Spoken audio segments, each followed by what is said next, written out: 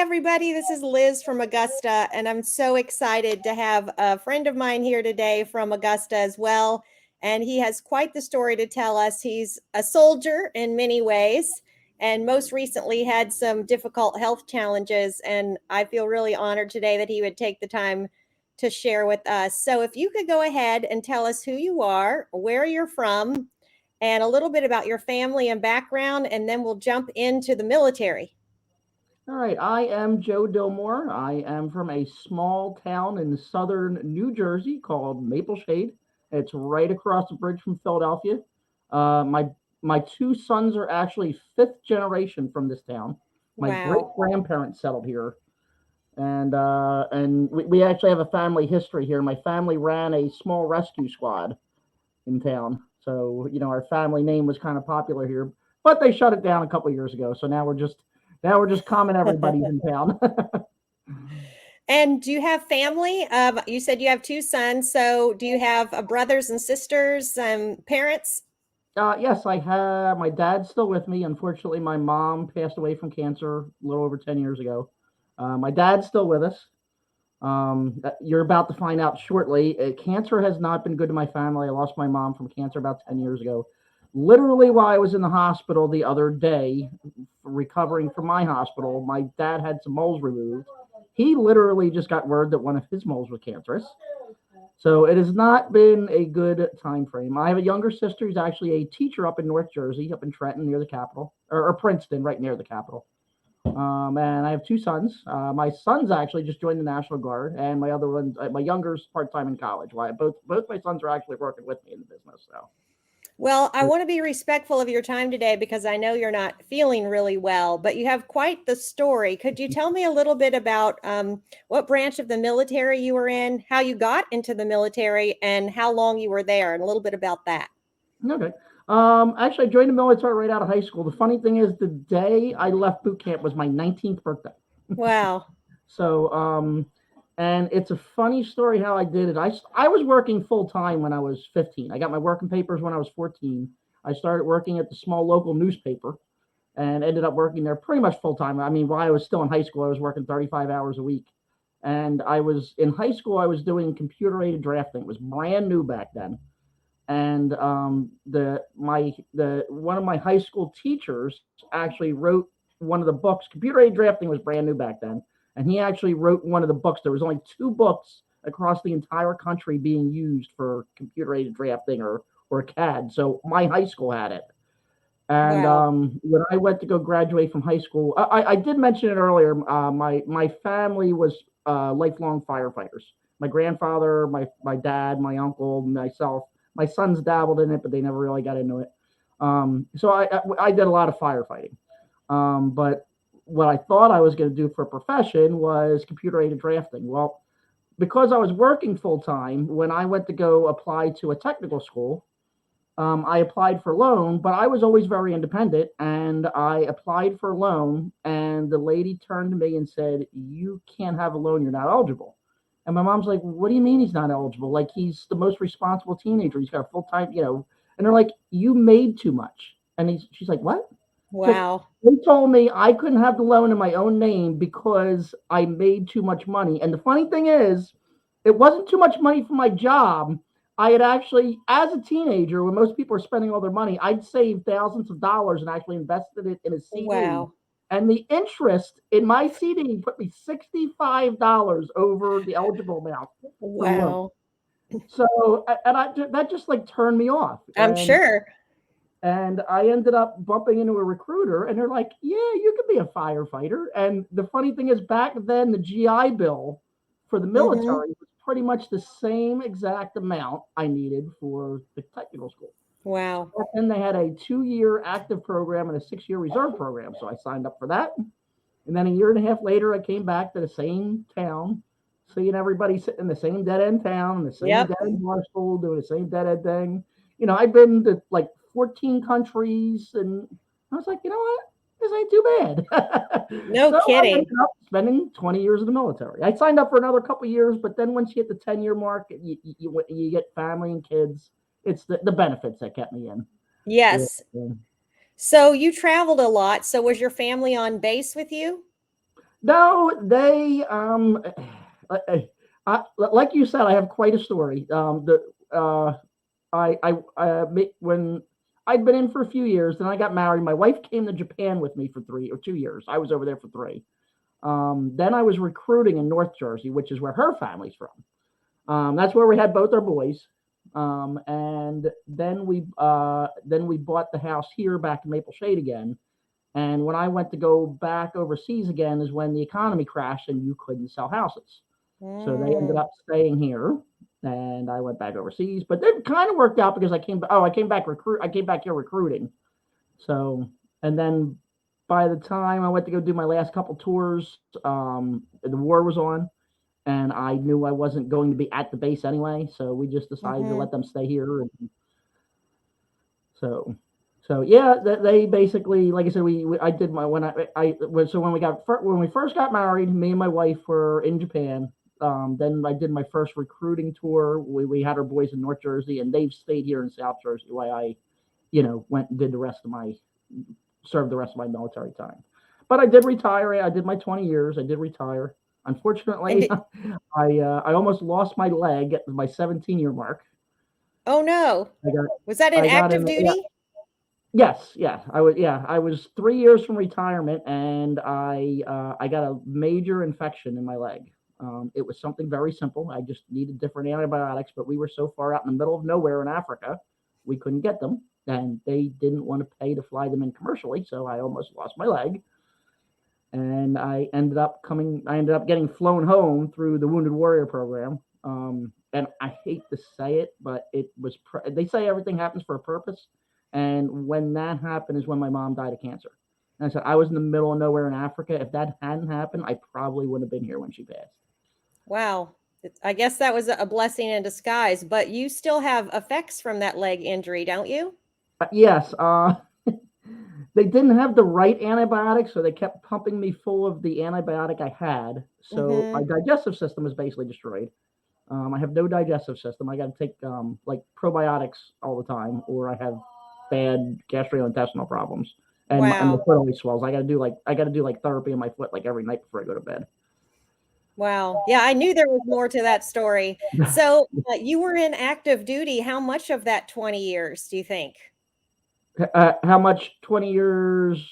Yeah, how much of that time were you in active duty, do you Oh, think? it was all 20. All 20. Yep. Wow. That sounds a little bit exciting.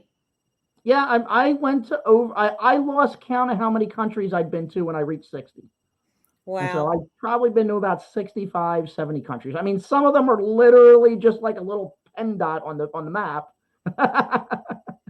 But Yeah. because I did a tour on both coasts. I did tours in Norfolk, but then when I went to the West Coast, I actually lived in Japan. Okay. So Well, I would love to talk all about that. That interests me greatly. But I have to ask you when you first heard about Augusta. actually, like, after I retired, I first started out doing like handyman type stuff. Mm-hmm. The funny thing is, what made me, I had no idea what I was doing when I get out of the military. Like I said, I'd been a firefighter in the Navy since high school, and I was too old. I was almost 40 years old. I was not going to go back and be as old and as experienced as I was. I would be the new guy. Yeah, I wasn't going to Right. go to a firehouse and be the equivalent of a 19-year-old kid. And it's just the way it works. You got to earn your. But I Yep. was too old to do that. And when I almost lost my leg, um, basically what happened was because I still had my house in Maple Shade, they would not give me a room to stay in an empty barracks. And they literally threw me out the street. I was sleeping in my car. I couldn't walk. I was on Mm. crutches and I was sleeping in my car. So I went on Craigslist and ended up working for a Navy guy that was running a construction business who was getting ready to retire himself. And the funny thing is, when I went to my retirement class, he was sitting right next to me. Wow. What are the odds? so, so basically, I was. They told me that we're kicking you out of the Navy because you're not able to serve on Navy ships anymore. But while they were trying to kick me out, I was the technical expert they were sending to their ships to fix all the complicated problems they couldn't figure out. Of So course. they said I couldn't serve on ships, but they're making me fix the ships while they're trying to kick me out. So, Yeah. but So I ended up working for him, and I got the idea with, hey, you know what? Why don't I try running my own business? For It's sure. rather than working for somebody else. And when I first got out, I literally we had the minivan, the little mom soccer van, and I Mm-hmm. literally took the back seats out of it and filled the back of it with tools, and I was just doing handyman type businesses. And I was a carpenter for for about 2 years, Okay. and I started I got a large snow contract at Philadelphia International Airport, and one of the guys that was there worked for like bank properties. Okay. So I picked, I didn't know how to advertise and how to really get work. It was all word of mouth. All the work Right. I had a lot of work, but it was all word of mouth and referrals and stuff like that. And they said, oh, they give you the work. So I was only doing carpentry work for them, and they turned around and I was like, yeah, I need more work. And they explained to me, the guys that mow the lawns are the ones that are at the houses all the time, and they're the ones that get all the work, because if you're there every 2 weeks, you're the one that finds the tree that fell on the house or the damaged siding and the Right. leaking roof. So that's actually how I got into lawn care. Interesting. And did you start a business before Augusta? So you started a lawn care business or no? Yeah, it was more of a handyman, but that was one of my major problems. I did everything. I Mm, took whatever work came along. I was primarily a carpenter, but one day I'd be mowing lawns, then I'd take the mower out of my truck and put the table saw in, and the next day I'd take the table saw in and put the it was I was doing. I didn't know how to find work. I didn't know how to advertise, and I was just taking whatever people called me about. And I mm-hmm. literally spent like an hour a day just unloading and loading tools from my truck, because I only had so much room. And but then I realized that grass was pretty good, because you get the customers, and you ain't got to constantly look for work. And the other thing is you ain't got to put out $5,000-6,000 in materials up For front. sure. Yeah. So I kind of started leaning toward the landscaping at that time. And so were you Um, looking online for a, podcast or something that would give you some information about lawn care? Is that how you found yes, Mike? yeah, I was just, I'm always looking to, learn new things and find better methods. And I tripped across Mike Andy's, Mike Andy's YouTube is how I found him, actually. Okay. And how long did you listen before you booked a call with Lee? Or was it Mike that you had a call with or But Lee? yeah, yeah, it was I joined right when Mike was transiting into Lee. I think Okay. my class and maybe like one or two class after him was like the last classes that Mike ran himself. Mm-hmm. I'd say I watched it for about 2 or 3 months, and then I booked like 3 or 4 calls with him. He was very patient. He was very helpful. He answered all our questions. I had my boy join me on one of Oh, them, good. and Good. it wasn't like a one call and done thing. I was That's okay. That's good. So then you joined and you came up here for training, and I was so excited to meet you. And that was a time when our training was so busy, I couldn't really be there the whole time, but I got to come to lunch where you were, and I loved hearing your stories. And one thing you mentioned that day was that you had put everything on paper, pen and paper from all your business endeavors. And can you tell us a little bit about that? um. I put everything down, pen and paper. Sorry, I'm not sure what you. Yes, so all your customer names, all your Oh, customer yes, yes, yes, information. yes. I'm pushing 50. About 2 weeks ago was my 49th birthday. Mhm. And so I'm not a real computer person. Unfortunately, one of my biggest drawbacks of learning to do this right was the computer systems. And I literally, like, somebody would call me and I would grab a sticky note, and you know I, I had a great system down. It was very reliable, but Yes. literally at the end of the year, all my routes were on paper, and I literally just had a stack this big. I mean, it was a good system, but it was a lot of paper, and I drove my wife nuts. She's like, I "Stop bet. throwing things on the back of envelopes," and we got sticky notes all over the place. Yeah, for sure. It just blew my mind how you could have been running a business that way and be organized and have everything on pen and paper. So after your training, you went back home and started. And how long has it been since you've been with Augusta? Just over. I joined. October of last year. So it's a little over a year. But Okay. basically, my original intention was to start last spring. So I came in October, but really my intention was always to start in the spring. So I was technically with Augusta that first winter, but I really didn't take on much work. The only work I did that winter was like stuff I already had booked up.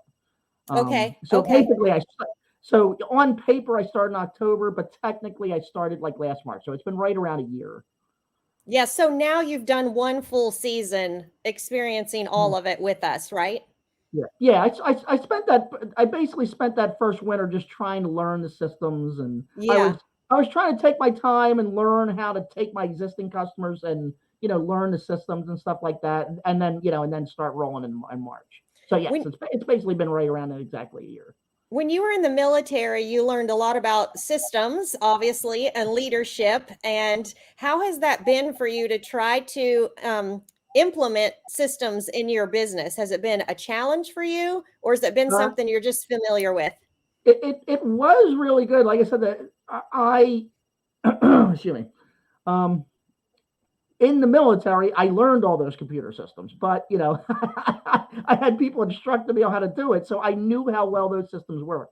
Right. Um, I ran one of the most complicated systems in the military. We have what's called a damage control petty officer division, where most shops, most shops they have like, or most divisions they might have 3 or 4 shops. For example, I was a firefighter. We had basically 2 shops. We had the firefighters and the welders. So in our division, there was essentially 2 shops. Mine, I basically had to take one person from every division on the ship, and they send one person temporarily to fix all the firefighting equipment.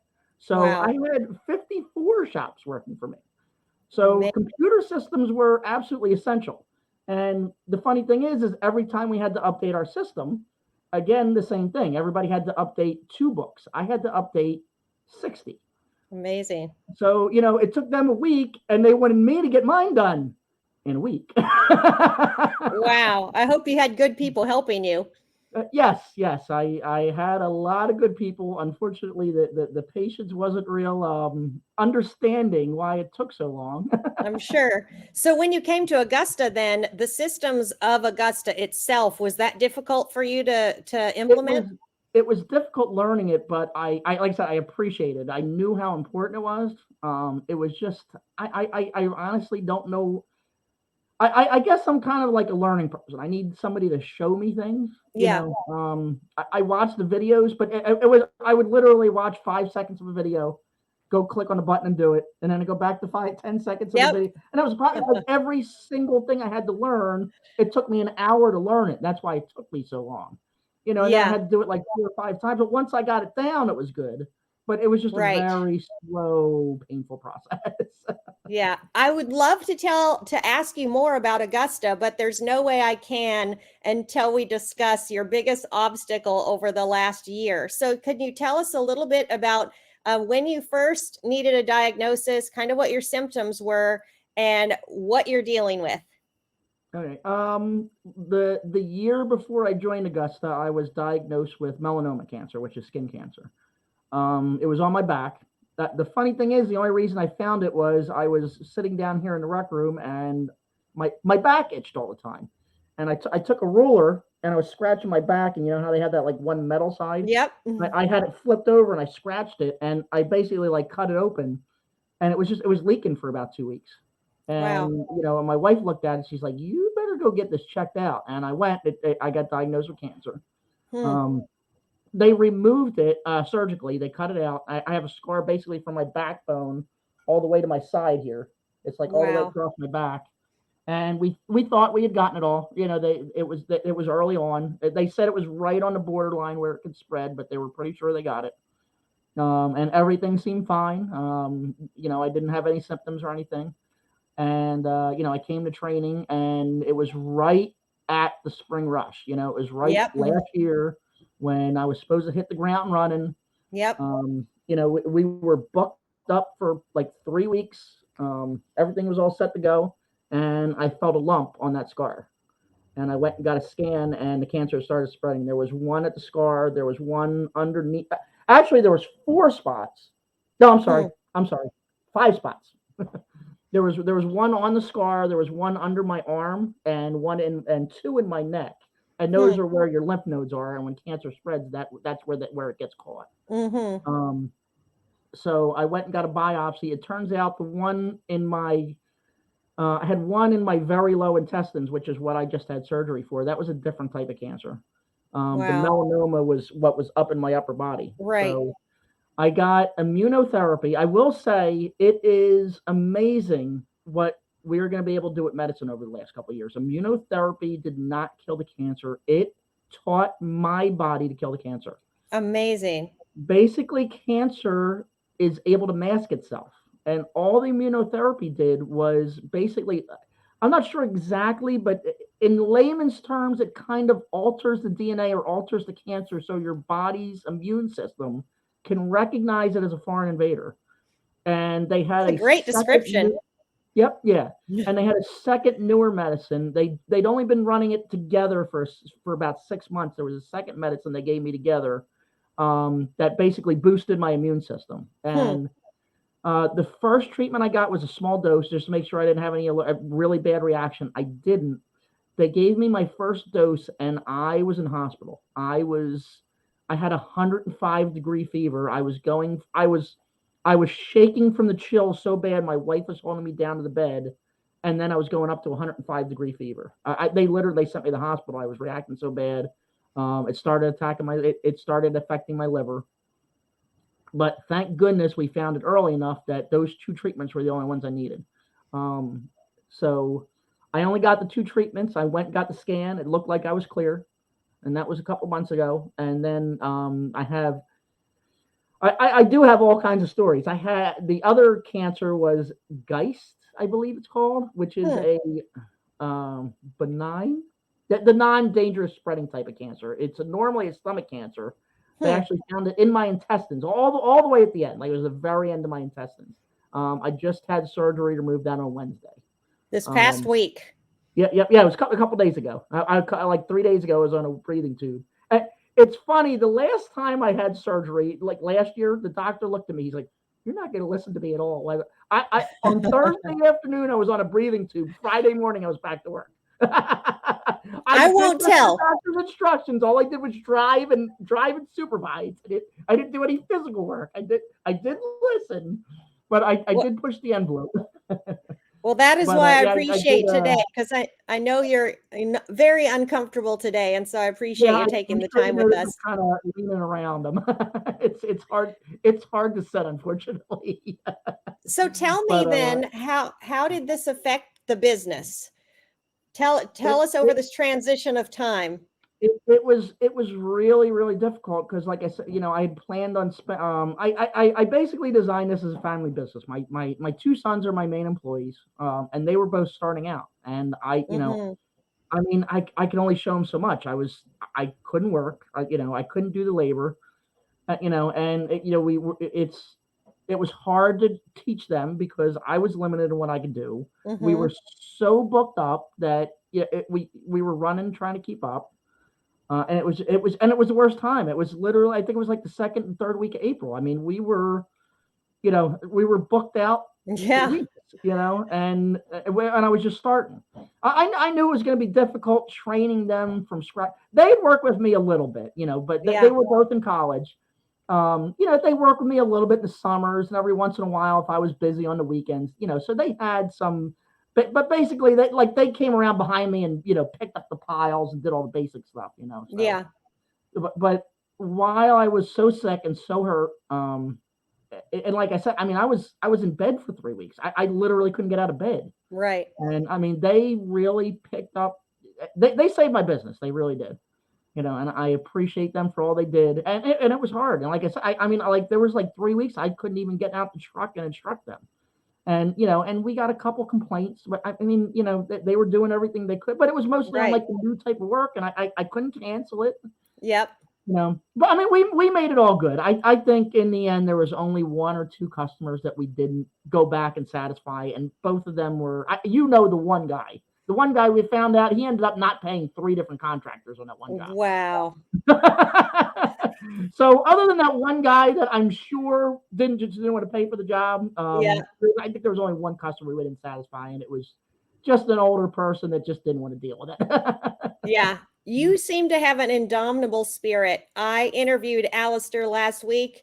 He was in the military. He's been through a lot of stuff. And you guys, it's the same. He and I were laughing. And I said, isn't that something? You've been through so much. And here we are saying it's all good and laughing. It's just phenomenal. And I know that you're suffering greatly. And so how is it looking this spring for you? Because do you start mowing in April typically? Yeah, normally we start mowing. Normally, what I do in middle March, we do one. We call it one mow, but it's really just cleaning up the yards. Mm-hmm. We're starting that this week just because I had surgery this week. It's going to be a tight squeeze, but we can get all the customers. And so basically, everybody that's not on winter services, we have scheduled this week, and we explain to the customers we have it registered as a mowing, but it's really just to pick up the yard and get it ready for ready for the spring cleanup. Because once April comes, we don't have time to clean up the yard. Right. So yeah, So how do we're you starting charge? this coming week. How do you charge for that if they have not been on winter services? Because basically it could be quite a cleanup. We explain to them. We explain to them just like we do for winter services. We tell them basically we're coming for the grass cut. If the Mm-hmm. yard needs to be picked up, we spend the same amount of time picking up the yard as we would mowing. And then if not, and then if not, we mow. That's Yeah. why we leave it as a mowing. So Do because the the boys? problem is the last couple of years we would start mowing in April, Yep. but 75 the yards don't need like a full leaf cleanup, but they have a lot of areas that need to be picked up that interfere with the grass cut. Right. So Right. basically, even if we have 100 customers and each house needs an hour's worth of work, that's a whole week's worth of work. So now we're Mm-hmm. a week behind. So that's why we start in March. So. So are both of the boys working for you full time, or do they have jobs besides and help you part time? How's that working? But yep, they're both working full time with me. My younger son does go to the local community college part time, but that's off and on with his school schedule. But other than that, they're both full time with me. And is your And then wife I'm sure we're going to involved? be busy. We're getting ready to Yeah, hire soon. So that's great. So is your wife involved as well? she's a vet tech. Hmm. But the guy she works for, again, the hometown crowd. Excuse me, one sec.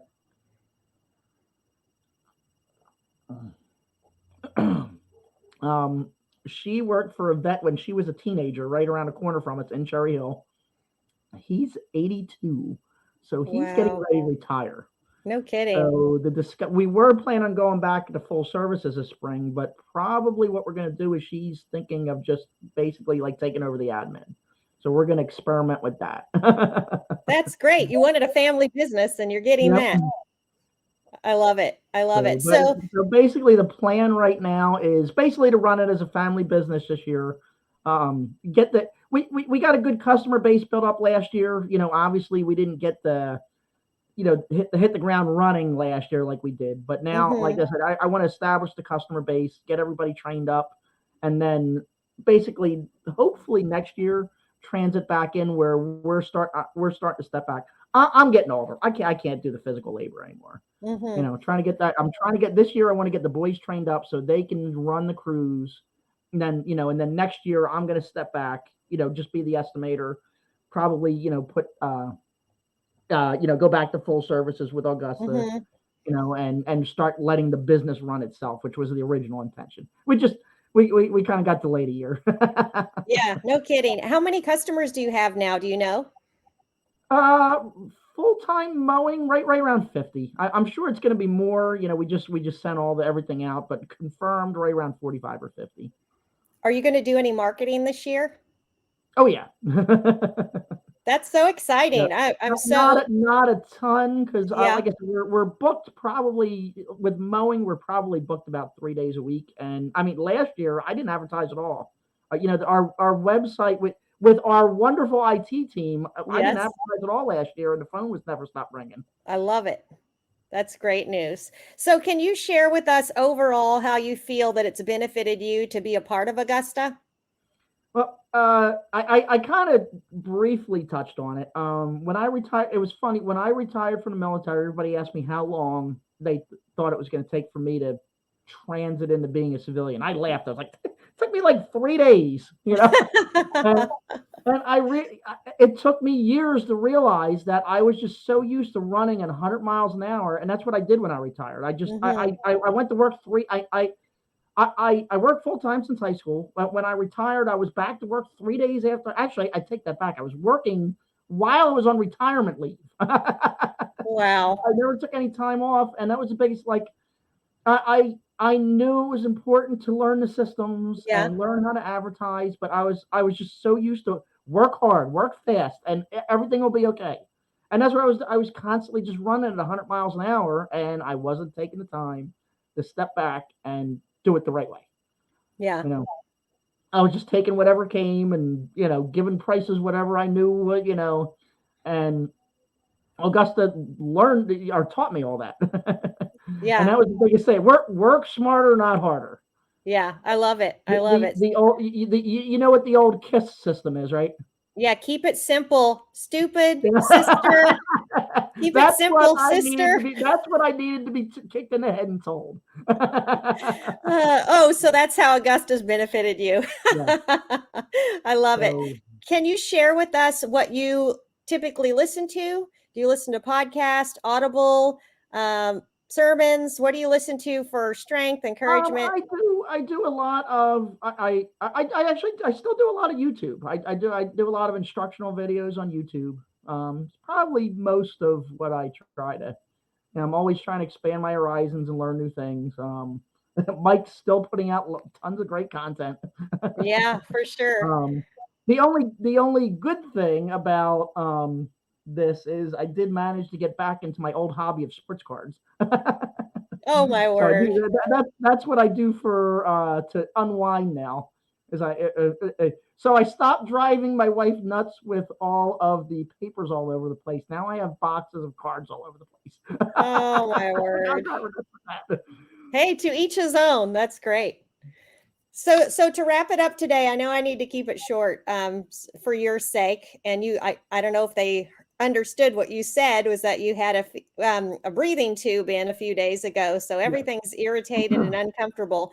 But could you share with us at the end here some sort of encouragement for business owners, for people that are struggling in business and have illnesses? What would you say to them to encourage them as they're going through that difficult time? One thing I learned is that nothing's more important than family. I was trying to teach my boys that. My older son found that out, unfortunately, the hard way.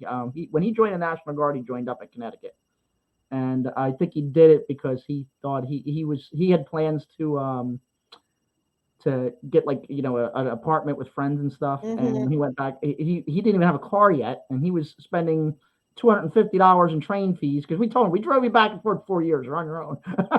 Yeah, And he went back up there, and all his friends basically blew him off. And like I said, without my boys, I would have lost the business. yeah.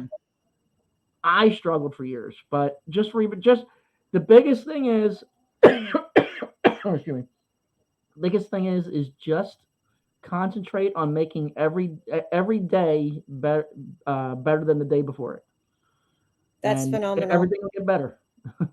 Yeah. Yeah. And would you share any kind of quote? Is there some quote that's been encouragement to you or given you strength that you could share? I don't have a quote, but I'll tell you what. I kind of made this up myself, and it's kind of what I've lived by. But every day when I come home, when I look in the mirror, if I looked at my parents, my grandparents, would they be proud of me? What I did today? Mm, You that's know, good. it's especially when it comes to especially when it comes to your business. If Hmm. you got customers that complain, you can look yourself in the eye, you can look yourself in the mirror and know you did everything you could today. Yeah. It was a good day. Yeah, that's good. Well, I want to take the opportunity to acknowledge you and to thank you for your service in the military. 20 years of your life, that's a huge chunk and it's Yep. much appreciated. And it was so good seeing you. I'm sorry we missed everybody. We were so looking forward to seeing everybody. My wife was looking forward to her first visit to the West Coast, and we literally had the bags packed, and so. But we will see you guys again soon. I hope so. I sure hope so. Thank you for taking the time with us today, and I hope you have an amazing day and a quick recovery. It is always a pleasure. All right. See you later. All right, take care, Liz.